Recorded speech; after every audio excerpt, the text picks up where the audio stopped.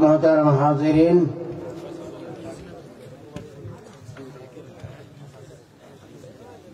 মাহফিলের শুরু থেকে পর্যন্ত ওলামায়ে কেরামদের মুখ থেকে কোরআন হাদিসের জমিও বাণী আপনারা শুনে আসতেছেন। এটা অত্যন্ত বড় জরুরি বিষয়। আমরা ওলামায়ে কেরামদের বয়ান থেকে আমাদের দুনিয়া এবং আখিরাতের কল্যাণ সম্পর্কে যা তারা বয়ান করছেন করবেন, আমরা সেইগুলি মনোযোগ সহকারে শুনব এবং তার প্রতি আমরা আমল করার জন্য চেষ্টা করব। আমরা রাজি আছি না ভাই? ওলামায়ে কেরাম যা বলবেন আমরা তা শুনে তার প্রতি আমল করার জন্য চেষ্টা করব।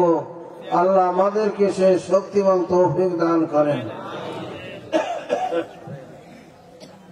আল্লাহ রাব্বুল আলামিন হাজারো মাখলুক থাকার পরেও আমাদেরকে কেন সৃষ্টি করলেন, কোন উদ্দেশ্যে সৃষ্টি করলেন, মহান রব্বুল আলামিন ঘোষণা করেছেন, ওমা খালাকতুল জিন্না ওয়াল ইনসা ইল্লা লিয়াবুদুন বলে।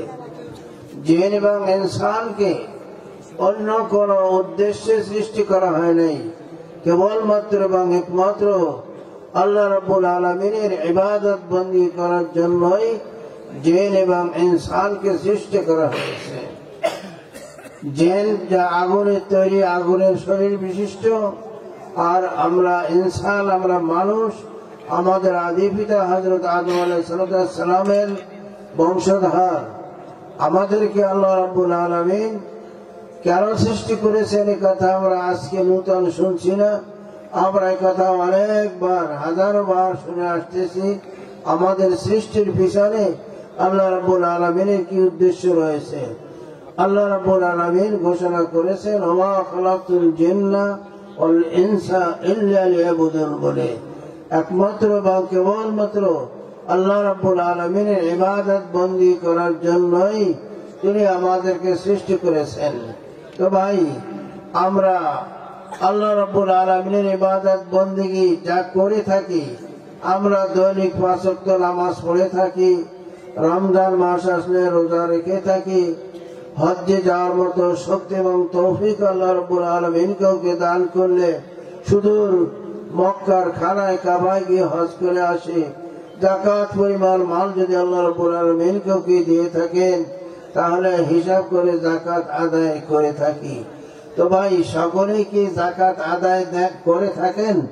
আমাদের দেশে তো অনেক ধনী লোক আছেন, আপনাদের জানা আছে কে কত টাকার মালিক, কত তারপরে যাকাত ফরজ হয়েছে, অথচ সে কি যাকাত দিতেছে না দিতেছে এটা আপনারা সকলেই দেখেন, জানেন, শোনেন। তেমনি ভাবে সুদূর মক্কার খানায় কাবায় গিয়ে হজ করে আসার মতো শক্তি এবং তৌফিক আল্লাহ রাব্বুল আলামিন যাদেরকে দান করছেন, তার মধ্যে কতজন হজ করতে যায় আর কতজনে হজ করে থাকেন এটাও আপনারা জানেন। আপনাদের সামনেই তো এসব ঘটনা ঘটে। তো ভাই, আল্লাহ রাব্বুল আলামিন আমাদেরকে যে উদ্দেশ্যে সৃষ্টি করেছেন, সে একমাত্র তার ইবাদত বন্দী করাই তার উদ্দেশ্য।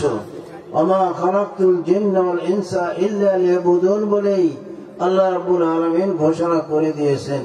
তো আমাদেরকে আল্লাহ রাব্বুল আলামিন যাদেরকে সামর্থ্য দান করছেন, শক্তি দান করছেন, সম্পদ দান করছেন,